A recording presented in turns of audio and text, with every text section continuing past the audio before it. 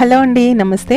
Welcome back to Saroja's kitchen. ఈరోజు వీడియోలో మీకు ఒక మంచి హెల్దీ రెసిపీ చూపించబోతున్నాను.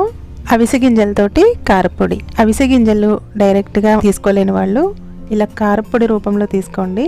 హెల్త్కి చాలా మంచిది, చాలా టేస్టీగా ఉంటుంది. అన్నంతో పాటు తినొచ్చు, అలాగే ఇడ్లీ దోశల్లో కూడా చాలా బాగుంటుంది. మరి ఇప్పుడు ప్రాసెస్ ఏంటో చూద్దాం. ముందుగా దీనికోసం స్టవ్ ఆన్ చేసి ప్యాన్లో 1 కప్పు వరకు అవిసె గింజలు తీసుకోవాలి. మంటని లో టు మీడియం ఫ్లేమ్లో ఉంచి అవిసె గింజల్ని ఇలా ఫ్రై చేయాలి. ఇవి బాగా ఫ్రై అయిపోయిన తర్వాత వీటిని ఒక ప్లేట్లోకి తీసేసుకోవాలి. తర్వాత అదే ప్యాన్లో 1/2 కప్పు వరకు నువ్వులు తీసుకుని వీటిని కూడా దోరగా ఫ్రై చేయాలి. నువ్వులు కూడా బాగా ఫ్రై అయిపోయి కలర్ చేంజ్ అవుతున్న టైంలోనే వీటిని కూడా ప్లేట్లోకి తీసేసుకోవాలి. తర్వాత అదే ప్యాన్లో 2-3 టీ స్పూన్ల వరకు ఆయిల్ తీసుకొని దానిలోకి 20 వరకు ఎండుమిర్చి వేసి ఫ్రై చేయాలి. ఎండుమిరపకాయలు మనం తినే కారాన్ని బట్టి ఎక్కువ తక్కువ కూడా వేసుకోవచ్చు. ఇవి కొంచెం వేగిన తర్వాత కొద్దిగా కరివేపాకు కూడా వేసి ఈ రెండింటిని బాగా ఫ్రై చేయాలి.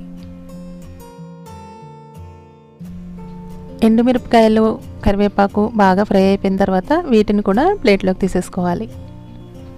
తర్వాత అదే ప్యాన్లో 2 టేబుల్ స్పూన్ల వరకు శనగపప్పు, 2 టేబుల్ స్పూన్ల వరకు మినప్పప్పు, 1/2 టీ స్పూన్ మెంతులు వేసి వీటిని ఫ్రై చేయాలి. ఇంకా దీంట్లో ఆయిల్ వేయాల్సిన అవసరం లేదు, దాంట్లో ఉన్న కొద్దిగా ఆయిల్తోనే ఇవి ఫ్రై అయిపోతాయి. ఇవన్నీ బాగా వేగిన తర్వాత దీంట్లోకి 2 టేబుల్ స్పూన్ల వరకు ధనియాలు, 1 టేబుల్ స్పూన్ జీలకర్ర కూడా వేసి వీటిని ఫ్రై చేయాలి. ఇవన్నీ బాగా ఫ్రై అయిపోయిన తర్వాత వీటిని కూడా ప్లేట్లోకి తీసేసుకోవాలి. ఇప్పుడు దీంట్లోకి 15 నుంచి 20 వరకు వెల్లుల్లి రెబ్బలు వేయాలి. తర్వాత కొద్దిగా చింతపండు పులుపు కోసం అన్నమాట. ఇప్పుడు ఇవన్నీ చల్లగా అయ్యేంత వరకు వెయిట్ చేయాలి. ఇవి పూర్తిగా చల్లారిన తర్వాత ఇలా ఒక మిక్సీ జార్లోకి తీసేసుకోవాలి. ఇలా మొత్తం మిక్సీ జార్లోకి తీసుకున్న తర్వాత ఇప్పుడు రుచికి సరిపడా ఉప్పుని వేసుకోవాలి.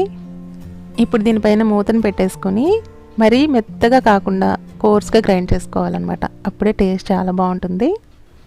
అంతేనండి, చాలా సింపుల్గా చాలా టేస్టీగా అవిసె గింజలతోటి కారపొడి రెడీ అయిపోయింది. ఇలా కారపొడి చేసుకున్న తర్వాత దీన్ని ఒక గాజు సీసాలో స్టోర్ చేసుకుంటే నెల రోజులైనా అస్సలు పాడవదండి.